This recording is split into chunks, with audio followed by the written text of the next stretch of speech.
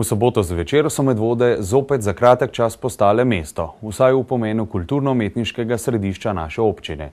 Gledališka skupina Kulturno-umetniškega društva Fofite je premierno prizorila dramo Vinka Möderndorferja Vaje za tesnobo. Vendar ni šlo le za premierno prizoritev na naših odrih, pač pa za praizvedbo dramskega teksta, ki je bil nagrajen tudi na letošnjem tednu drame. Vinko Möderndorfer, avtor dramskega teksta Vaje za tesnobo, pravi, da svojimi deli, in to pri pričujoči drami velja še toliko bolj, nastavlja ogledalo družbi.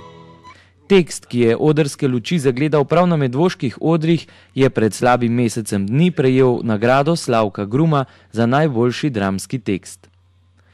Kulturno-umetniško društvo Fofite, natančneje gledališka skupina, je z vajami začela že preden so izvedeli za nagrado. Že od prvih vaj pa je bilo jasno, da gre za zahtevno, a dobro dramo. Tekst je prišel mi v roke lani, povsem slučajno, in potem, ko sem ga prebral, sem videl, da ta tekst pravzaprav zelo intenzivno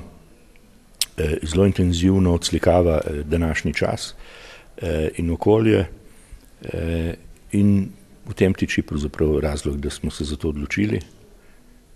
Nadaljeval se je pa celo s tem, da je ta tekst dobil še priznanje.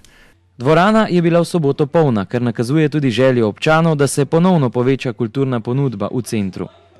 Tokrat so ljubiteljski igralci res dokazali, da se s profesionalnim vodenjem in veliko dela da zabrisati ločnico med ljubiteljskimi in profesionalnimi gledališči. Pri takih ambicioznih projektih je treba iskati ravnotežje med željo, ambicijo in pa realnimi možnostmi. No, na vsak način se mi zdi, da pridemo do tega, da se ekipa kot celota pravzaprav največkrat izkaže in nekako preseže tisti svoj običajni nivo. Zdaj upam, da so to tudi danes dosegli. 4 meseci napornih vaj so v soboto navdušili gledalce. Vseeno pa je za ljubiteljskega igralca kar zahtevno delo izgraditi lik, ki se v svoji kompleksnosti skozi dramo še razvija. Najprej gre človek čez tekst in črpa iz sebe v bistvu stvari, ki jih je nekoč že doživel. Najbolj tragične spomine privleče na dan. In v bistvu prek tega potem delaš, nekako poskušaš vsa ta čustva, ki jih ima neka šefika, v resnici izbrskati iz malih možganov sebe, in jih potem prestaviti v vlogo. Poleg tega gledaš ljudi, da danes itak ni težko najti ljudi na socialnem dnu. Gledaš, kako se obnašajo, kaj počnejo, če lahko kje izčrpaš, še skočiš v okolici. Tako da potem počasi sestavlja svojo vlogo.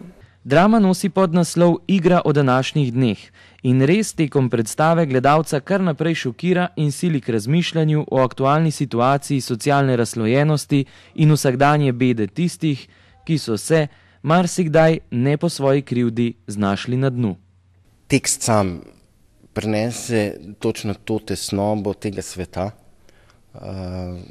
in že ko ga bereš, se soočaš z njim. Sedaj, potem, ko začneš te prizore delati, so v bistvu igralsko zelo hvaležen material. To so zgodbe, kjer lahko eno bolečino, ki jo nekako srečaš zunaj, spravaš vase in potem o njej skozi igro spregovoriš, ne skozi besedo. Besed je pravzaprav zelo malo. V predstavi spremljamo življenjske zgodbe ljudi iz vseh segmentov naše družbe.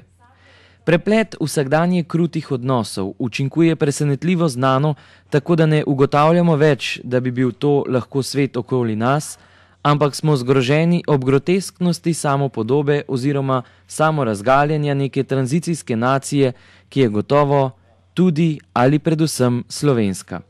Jaz mislim, da se ta predstava konča na način, kot nam ga ponuja življenje. In življenje nam ponuja situacije, v katerih smo nekateri optimisti, eni pesimisti. Mislim, da bodo optimisti ob tem koncu videli luč na koncu tunela, pesimisti pa verjetno ne.